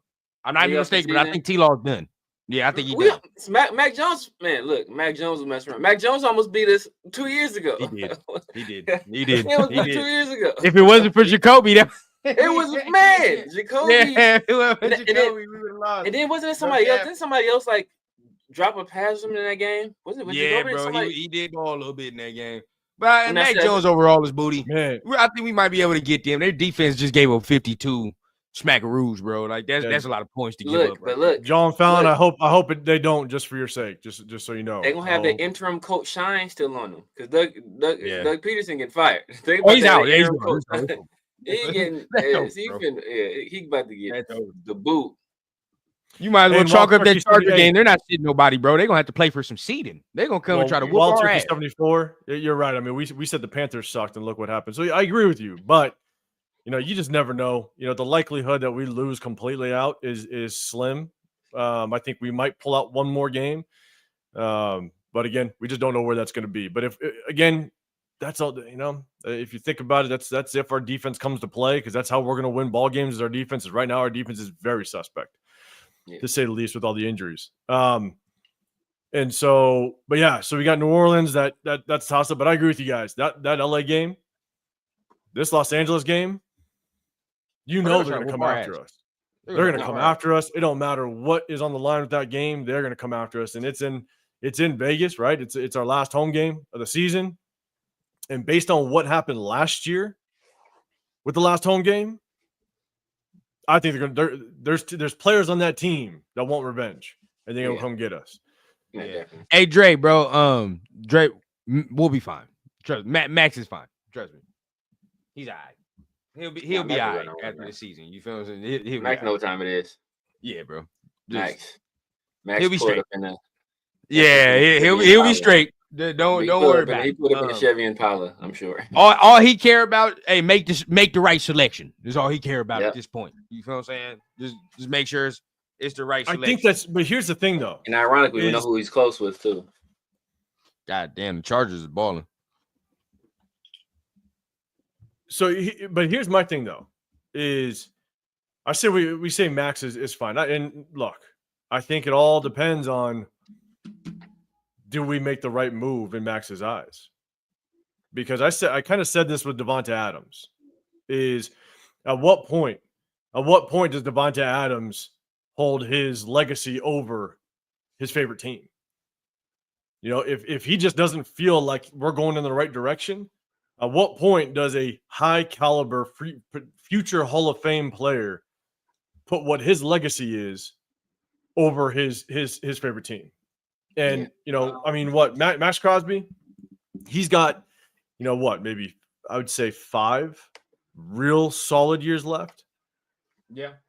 You know what I'm saying? And so if we don't make the right move next year, the question is at what point does Max say, no, I need to win a goddamn championship, and it just ain't looking right. So I don't know if we're there just yet, but you bet your ass we better make the right move. Yeah. To make sure that he's confident in this direction of this team. I'll just say at right now, he's straight. As of right now, he's straight. I think there's an understanding of what needs to happen. But I do agree with you that if this next move that needs to happen does not happen, then that conversation is going to be made. Here's the question: is what's that understanding? Because he was, again, this is a lot of rumor, but I think we know this to be somewhat true. Is he was probably one of the advocates for AP, right? There's rumors that came out that said if it wasn't AP, he might be walking. So, but now does he still have that 100% confidence in AP? Because if that's true, if he's going to ride, with AP, then I guess the question is does AP stay? We all talk about a new head coach. We all talk about, AP is not the right guy.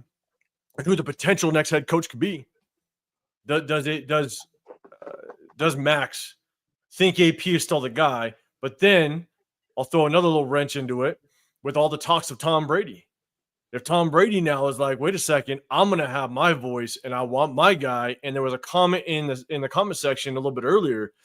Someone said Mike Vrabel as head coach. Wouldn't be surprised if his name is just getting tossed around by certain people. Not saying it's going to happen, but I wouldn't be surprised if Tom Brady might, if they ask, hey, who do you think could be a good head coach? Would not be surprised if a Vrabel name just kind of gets thrown around. So, do we think? And I think we kind of went over the schedule. There's a chance we might win one game moving forward. So that top draft pick is a little secure at this point. But that's my thing is, do we think Max Crosby still has 100% confidence in Antonio Pierce and Antonio Pierce's job is secure for next season? If you think that like he's cool, if he's good with it. The answer to the first question, yeah, I think he does. I don't think it's a problem with AP as of right now. It's not a problem with AP. And when I say understanding, it's like understanding like where the team is right now as a whole. So we pretty much know where that is. There's an understanding everywhere. Let's put it like that. But at the end of the day, still, when then you talk about, is he going to be okay with him staying for another year? I think so. I personally don't see the whole aspect of moving on and trying to start again and do all this other thing. And I see everybody's like, oh, he needs to keep his mouth shut and just play. I don't understand it either, bro, because I don't think Max is out here dogging his head coach saying, oh, we might have picked the wrong dude. Yeah. No, look what Michael Parsons said. Like, if he would have said something like that, I would have been like, oh, yeah, no. Hey, Max, I don't want to hear that. If he would have said that, then I would have been like, bro, you was an advocate. But I missed it. What do you say? What do you say? Michael Parsons said something about Mike McCarthy. And he was like, Mike McCarthy. What did he say? Zach Martin has done 10 times what Mike McCarthy has done as a coach. You know what I mean? Like he was like players like Zach Martin have done 10 times in the league what Mike McCarthy has ever done, or something like that. Yeah, they asked him a question about Mike McCarthy, and basically, like, like you guys, basically something like, are you playing for Mike McCarthy? Something to that effect. He's basically like, no. If he, coaches come and go. If he leaves, he leaves. I'm not worried about that. he's like, I'm playing. He's like, Zach Martin is on his final year here. He may not come back. And Mike, he's like, basically Zach Martin has put in 10 times the work a guy like Mike McCarthy has put in. So. Like, if he would have said that, if he's saying that 100%, I agree with what everybody's saying. Like, oh, bro, you can't be saying that, especially when you went so hard to hire the man. But he ain't said nothing like that. He really, anything he said, even on his podcast, to in the of course, at the locker room, you getting raw, I'm pissed we lost emotion, right? But it still ain't egregious enough for me to be like, oh, he's giving up on the coach or he's giving up on the team. Like, I don't see that from him. I don't see that from anybody, really. I don't see none of the players dogging AP like that, to be honest with you. And we're losing games, but, they was dogging McDaniels. I ain't gonna cap. They was sending subliminals at his ass. And with McDaniels, bro, through the media, whatever the case, there were subliminals being sent. With AP, I don't see all that, in my opinion. Yeah, me either. I mean, the only thing that I'll add, which is tough, right? If you look at the reality of what the season is, I think the overall consensus of this season, it's injuries. We've had nothing but injuries across the board. We've got, we had players. I mean, we don't know how long Devonta Adams wanted truly out. There's rumors that he wanted out since the start of the season, basically, and so you got your basically your veteran number one offensive target. And then you have two meetings, right? You got the meeting, the business decisions meeting. You had another player meeting, player coaches meeting before Lugetzi got fired. It's just one of those things at this point right now. It's trying to understand, where is this team mentally? Do they understand? Because I'll tell you, as a player, right, playing this game for 15 years, also coaching it for 23. It's one of those things where, as a player, you can look around and know when, like, you're missing players. When Nate Hobbs isn't playing, when Jacoby Bennett goes down, when you lose Christian Wilkins, when Malcolm Kuntz goes down before week one, you just kind of know oh shit, well, we don't got the players to make this happen. Now, yes, they're at the professional level. It's the next man up type of mentality. But at the end of the day, you kind of know that you just don't match up well. And so is Max Crosby taking that into consideration and going, hey, this season is kind of a wash because of all the injuries that have gone on. I think the biggest mistake I think we all can agree upon was thinking that Gardner Minshew was the guy to kind of that stopgap quarterback, that bridge quarterback. You know, unfortunately, he wasn't the guy. And so, but let's, we talk about AP. Obviously, Luke Getsy was fired, right after that Cincinnati game. So here's the question, and I've already seen it in the comments. You kind of see it on social media a little bit after this game. Is this will be kind of the last question. What are your guys' thoughts on Patrick Graham as it stands right now? A lot of people are placing a lot of blame on Patrick Graham. Obviously, the defense has not performed the way that we'd like to. One of the things that I have been that's concerned me a lot, and this is more mentality than anything, is you've allowed damn near almost every game the offense to score on their opening drive. You just can't have that happen. But Severe, man, what's your thoughts on Patrick Graham as it stands right now? Because if he's in trouble, man, I think AP was going to rely a lot on Patrick Graham to kind of help with his defensive side, grow what he did last year. But what's your thoughts on AP? Patrick Graham. You know what? Patrick Graham, sorry. I think when you lose what you lose on this defense, beginning of the year we lose our, the guy's going to be our second best pass rusher, a guy that was at times last year our best pass rushers, and Malcolm Kuntz. And then you lose Epps, and wherever you feel about Diablo, you lose Diablo, and your replacement is Tommy Eichenberg. Like, come on, and then you lose you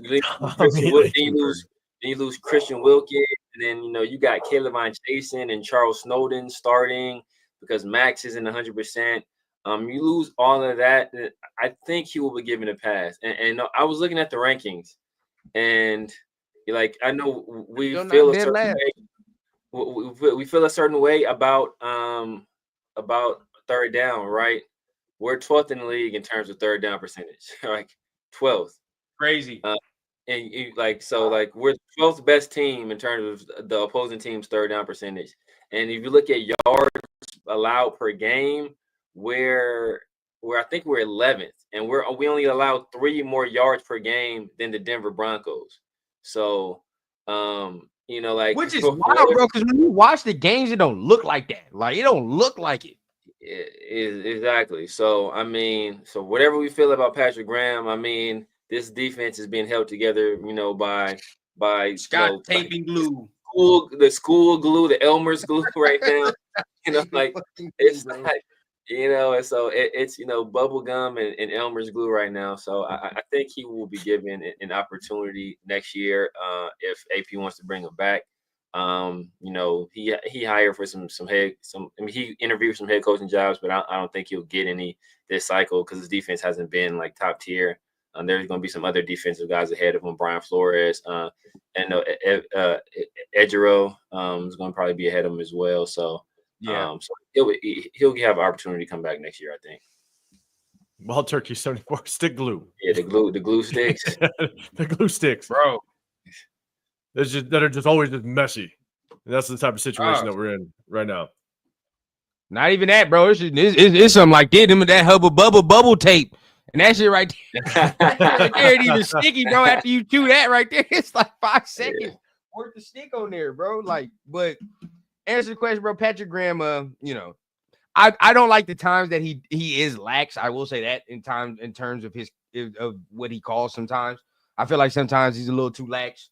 He plays that bend but don't break a little too much, in my opinion. But but like y'all said, what is he supposed to do with all the injury? If AP comes back, I think Patrick Graham is going to come back. I think so. I just don't see him getting a head coaching job over some of the guys that are going to be in the circuit right now. He might, but just some of the guys that are in the circuit, I don't see it. So I think if AP comes back, he comes back another year with this defense again, getting healthy, knowing the scheme, we'd probably be way better next year going into it. So that would be cool, and then getting some upgrades as well. But there is some times where he's not really doing the best of job. I will say that. But then again, it's like, what he's supposed to do? He's on his fourth corner. He's on his fifth D lineman, fifth D end. You feel what I'm saying? Like, it's like, what are we supposed to really do in that circumstance? And like you said, 805, as a player, you'll look around and be like, yeah, that's not Christian Wilkins. But hey, we're gonna try though. You know what I mean? We still gonna try. We're gonna give the old college try. But that's not Christian Wilkins, or that's not, Ja'Cory Bennett over there. You feel what I'm saying? That's not Nate Hobbs. So we'll see what happens with that though. And that's what I'm saying. Like, I think you got to take into consideration. I mean, you could just name two names, right? When Christian Wilkins and Malcolm Kuntz were gone, that was our entire. I mean, if you could just imagine what this defense would look like, even if you had some injuries to the defensive backfield, if Christian Wilkins and Malcolm Kuntz are still here, we'd be terrorizing quarterbacks. Oh yeah, we'd be getting after them. So I think that's why, I said it previously, it's tough because we've had injuries to both sides, right? At one point, we literally had 2 practice squad receivers and 1 practice squad tight end and 2 number 1 and number 2 receivers that were 5'11" and under, having to throw, trying to throw the ball to. I mean, you're not going to throw to your 2 top receivers that are 5'11" and under, plus practice squad receivers and a practice squad tight end getting substantial playing time and a beat up offensive line. I mean, that's what our offense had to deal with. I mean, what are you going to do with that? Nothing, And so everybody was like, oh, like Luke Getsy needs to put up points. Like, there's no offensive coordinator that can put up points with that type of offense.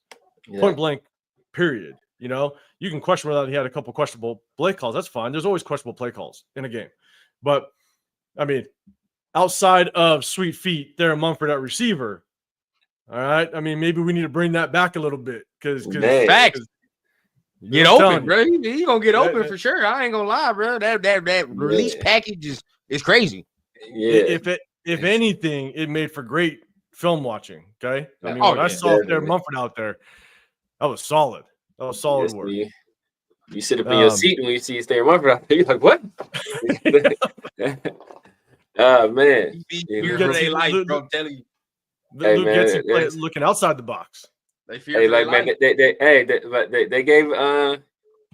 the on a 2-point conversion. My son's team gave the nose tackle a carry. He scored yesterday. So these big boys are playing, man. You let these big boys play. They're Mumford for running back now. Ball, bro. They're Mumford at running back. No, I'm telling you, man. I mean, so look, at the end of the day, right now, if we're not playing for a draft position, because look, we're at the bottom of the AFC West. We've lost to every single AFC West opponent. All 3 of those teams are getting better. You look at what the Chargers are doing right now, 21-6 against Cincy. You got the Broncos that are looking like they're going up. You got the Chiefs that are undefeated. I mean, at this point, and it's not that we're getting worse. We're also getting more and more banged up. Nate Hobbs is out. Ja'Cory Bennett now looks like he might be. That might be a pretty tough injury, just based on his body language, the way he walked off that field. And so, at this point, you got to look for the future. I understand everybody wants to, win those games. That's cool. But at this point, they're kind of meaningless wins in a sense that, it's not going to help us really in any way. You're not going to change a culture because you win 1 or 2 games out of the last 7 that we have. You're not going to change the culture with 2 wins, And so because that's in reality, that's probably the most we're going to be able to pull out. Is talk that talk. Wins. Talk that talk. There is no culture change right now. Oh, you win 2 games and all of a sudden we're gonna the switch is flipped. Look at that. Oh, now all of a sudden, no, it's not. That's not how it worked, bro. Not for us, at least. It's been so much dysfunction over the years. We got to root it out systematically right now and do it the correct way. We got to grow the correct way. We don't just want the flash in the pan shit. And the only thing that I'll add is I was kind of disappointed that I didn't see if it was talked about with one of maybe the press conferences or somebody. I don't know where it came from, but I heard a lot of people talking about how maybe Desmond Ridder looked really bad in practice. Did you guys hear that? Yeah. Yep. Where'd that come from? Do we know? I don't know where it came from, but I wouldn't be surprised if it was true. Because I mean, you don't even know Lou Getzey's scheme like that. So now all of a sudden you got to learn what Scott Turner wanted to do, and you just got here 3 weeks ago. It's like, yeah, no, it's not. You know what I mean? I was never buying play him to begin with from the jump. If we would have played him, bro, by the middle of the second quarter, he would have looked lost. He would not know what he's doing by the middle of the second quarter, in my opinion. I think, but here's the thing, right? And when the announcer said it, and I agree with what he said. He said that what Scott Turner tried to do is he tried to dummy down the offense a little bit. Right. He tried to get back down to the basics. And here's my thing is, maybe this week you put in, maybe this week you play Gardner Minshew. But here's the thing is, when Aiden O'Connell's healthy, Aiden O'Connell, I think, has to be the starter. You benched Gardner Minshew for Aiden O'Connell, then he got hurt. Yeah. Right. And so I think you have to play Aiden O'Connell. One, because I think you really need to give Aiden O'Connell a true chance to run a starting offense, just kind of see what he does, see what you truly have out of him. But at the same time, I think you try to see what you could get out of Desmond Ridder for the offseason. Is it a guy that you want to bring back as a veteran presence, someone that could be a backup in that quarterback room to kind of help a new rookie coming in? Right. This is the only, maybe, because I think there's a good chance Aiden O'Connell comes back in maybe 2, possibly 3 weeks. So you only have 2. Yeah, for sure. You only have 2, maybe 3 games to really see what Desmond Ridder has in real game situation, just to see if you want to bring him back as a backup. I'm not saying he's going to be a starter next year. I'm not saying that, but just kind of that's part of your evaluation of this offense, the evaluation of the rest of this roster. Minshew ain't it. Minshew is not it. No. There's a good chance he won't be in this roster next year because you're only going to be able to hold 3 quarterbacks, and Gardner Minshew may not be one of them. So what do you gain from Gardner Minshew starting? To me, I feel like absolutely nothing. And so now, again, if there's talks or if the rumors were true that he looked absolutely horrible in practice, okay, that's another thing. You're not gonna send a quarterback out there throwing hospitable balls at our receivers. So that's why I kind of want to ask first if there was a legitimate, comment by somebody that Ridder was actually that bad. Okay, cool. Then go with Gardner. But if it's just rumor and if it really isn't, if that's not true, AP said it. What do we have to lose at this point? Start Ridder. Just see what you have in him in real game situation, because you only have 2, maybe 3 games to get it done. Because Aiden O'Connell comes back, I think you have to start him just to kind of see what he can do as well. And you kind of start playing for the future and evaluate what this roster kind of looks like in full. So, I don't know. What's your guys' thoughts on that? I mean, do you think, based on what Gardner did, next game, do you guys think we start Ridder next game? Or do you continue with Minshew? I mean, I don't think Gardner played horribly. I mean, like, I don't, no, I don't think so either. I don't think any quarterback on our roster would have done enough to win this game. Rather, and I don't want them to. That's why I wouldn't want them to. So it's like I'm not. People I still don't get the logic behind it. People wanting to win these meaningless games. Like, this isn't the like. And I know people like that. Sometimes they'll harken back to that. I think it was the '99 season where we beat who did we beat? Was it the Chiefs? We beat the last game of the year. We beat them like 41-38 or something like that. Yeah, and that was like that kind of set us up to go on our run. I think the next, and then we finished 8-8 that year under Gruden, and then the next year we went 12-4 and yada yada. So people looked at that. Oh, that was a turning point of our season. We didn't pack it in, and we could have packed it in, right? But this is not the case here. We're not playing for anything, right? These games at the end of the season is not going to, as you guys said, not going to change the culture, not going to change our outlook. They're not going to do anything but cost us valuable draft position. And the first thing that people always say was, just because you have a top 5 pick doesn't mean you're gonna get a good player. So no, it doesn't mean you're gonna get a good player, but it increases the chances. Shit. And not even that. Not even that. No, it increases the chances for you to pick who you want. So Thank you. So just because I'm at 13 doesn't mean we got lucky and got Brock Bowers at 13. But maybe if we were 5, you know, and we wanted Brock Bowers, you know what? We're guaranteed to get him at 5. So, like, if we wanted Michael Penix, people thought we were going to get him at 13. People thought, for some strange reason, he was going to be available in the 2nd round. But guess what? He wasn't. I told people he was going to be a top 10 pick. And guess what happened? He ended up being a top 10 pick. So if the Raiders were in a better draft position, then we could have, you know, either been able to get him or been in a spot where we can make a move with Atlanta Falcons and they still have an opportunity to draft a quarterback instead of having to move all the way back to 13. And there's a very strong possibility that they don't get a guy, which obviously we weren't able to get a guy. So the higher draft position is more valuable for a reason, because you have your pick of more of the blue chip prospects. So, like, it doesn't guarantee you'll get a guy, but it guarantees that you'll have a better opportunity to get the guy that you have identified as your guy. Better opportunity, 100%. And it opens up all the options. It opens up so many more options. Yep. Exactly. I mean, Jared, for sure, man, I'm going to bring this up. How come we don't run more RPOs with Gardner? Honestly, Luke Getsy actually ran quite a few RPOs.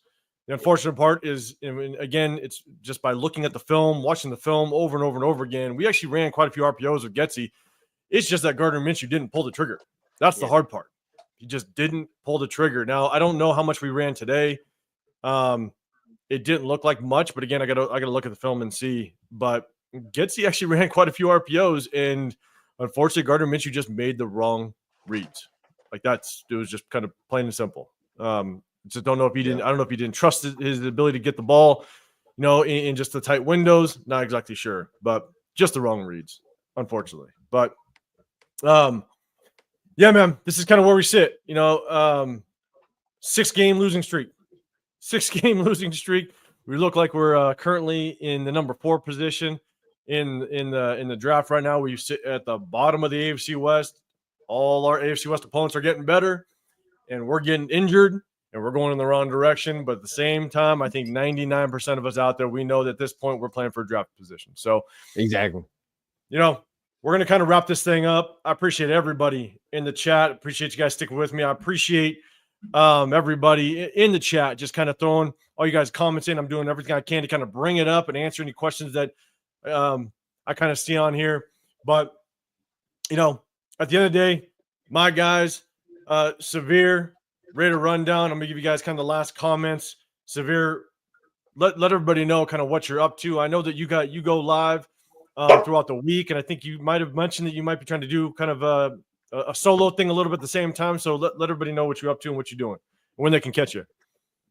You know, obviously we do our show on Tuesday.